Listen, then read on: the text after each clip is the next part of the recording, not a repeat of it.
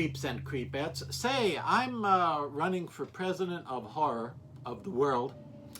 And let me just tell you a couple of the laws I would enact if elected. And you tell me if you'd vote for me as president of world horror. Okay? First new law going to go into effect if I'm elected president of horror is no more posters or advertising art using a girl floating up in the air with her back arched backward and her arms and legs hanging down, and she's all white looking and wearing either a white gown or something. No. You know, the first movie that used that, it looked kind of cool. The 18 movies that used it since then, no. So you're not going to be allowed to use that kind of artwork anymore. Second rule, and even more important, even more critical to the state of horror, I think, no more scenes in the movies of a female who is in an isolated or dark or spooky or ominous, possibly dangerous situation who utters the line, "This isn't funny." Okay? The girls I know would never have said, "This isn't funny," but it's in every movie. No more of that, all right? No more, "This isn't funny." You could almost set your watch by it if you view enough of the modern day horror product.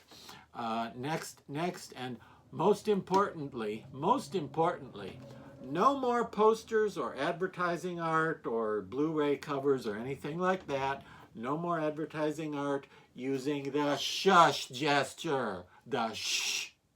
Okay, that wasn't even a little bit scary. Even the first time it wasn't a little bit scary. And the only movie that really has a legitimate right to use it is the movie Dead Silence. You ever seen that one? They used it, but, you know, with the title Dead Silence, and he's going shush, it kind of worked. All the other 9,000 movies who can't think of anything clever or original or actually having to do with their content of the movie in question, who just go, let's have them shushing. Yeah. No more of that. We're going to call that right off. We're going to declare a crematorium on that. And finally, with regard to soundtracks, no more trailers or movies themselves containing that stupid "Mama's Gonna Buy You a Mockingbird" song. That wasn't scary, even a little bit, the first time some movie used it. And when was that? 1970 something? And now you've heard it in 48 other movies. No more using that. If you put that in your movie or even in your trailer, we will have you thrown to the werewolves.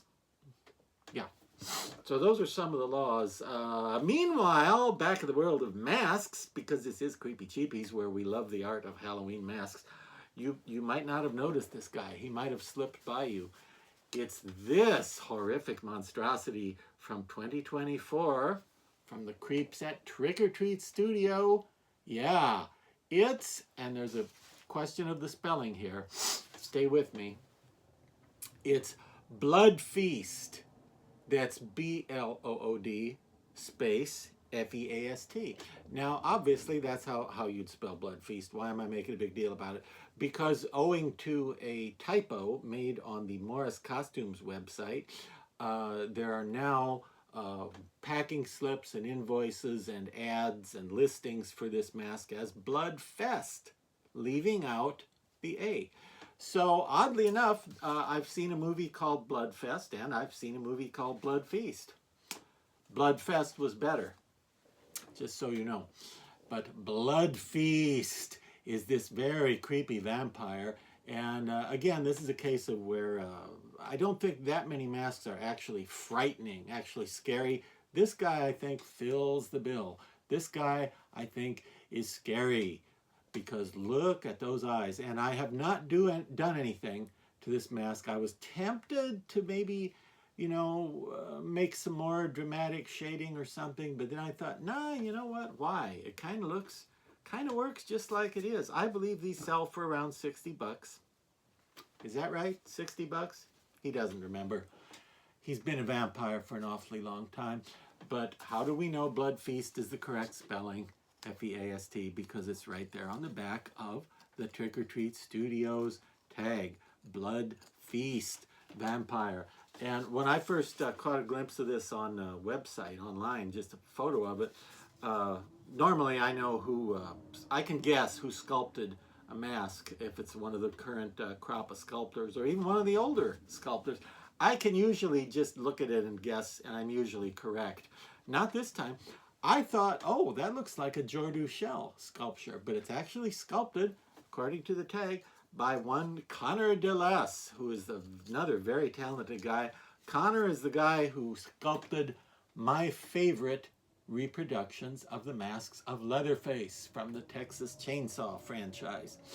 And that's kind of what he's most known for. But wow, if this is an example of his non-Leatherface work, yeah, color me purple. I mean, impressed. Isn't that cool?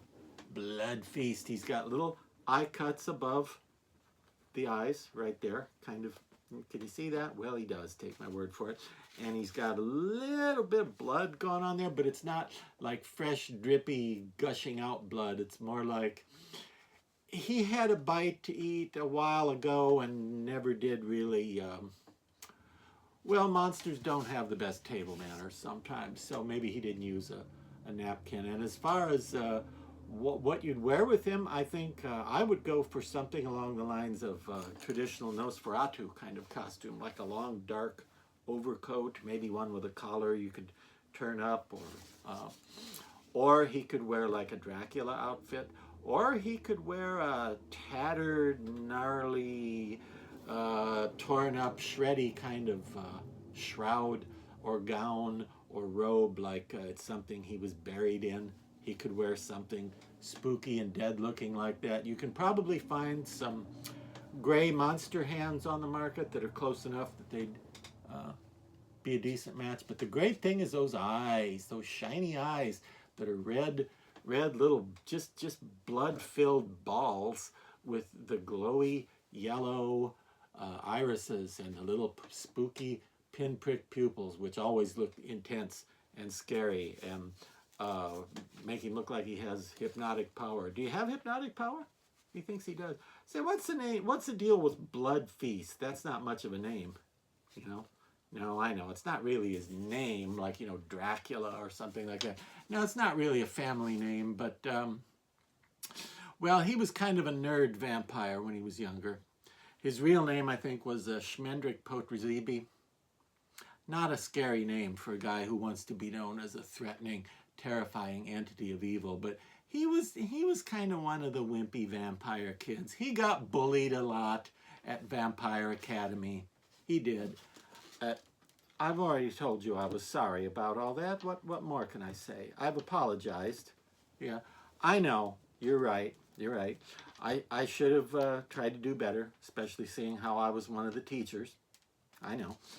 But, hey, I wasn't one of the worst bullies. I never stole your lunch, Blood, did I? No. That's blood under the bridge. Come on. But look at this scary guy now. Yeah, maybe when he was young, he wasn't taken seriously, but now I think he could frighten the best of them. And say, if you actually can hypnotize people, do you think you could hypnotize through the screen? Let's try it. Let's try it. $60 Trick or Treat Studio Blood Feast Vampire Mask sculpted by Connor DeLess. Let's see if you can really hypnotize with those eyes. Beware their stare. These are the eyes that hypnotize. Yeah. You are getting not at all sleepy. You are wide awake. You will click like on this video after you watch it. You will give it a like. You will subscribe. You will subscribe to Dr. Lady's video channel. Yes, you will read Dr. Lady's comic books. You will buy a copy of Dr. Lady's Hassle Castle Tales of Halloween Masks. Yes, you will go to Mask Fest this year. Yes, indeed. And buy more Halloween masks that are really cool, and you will think about the art and the thought that went into them. And did I mention you buy one of Dr. Lady's comic books? Yeah. Ooh, ooh.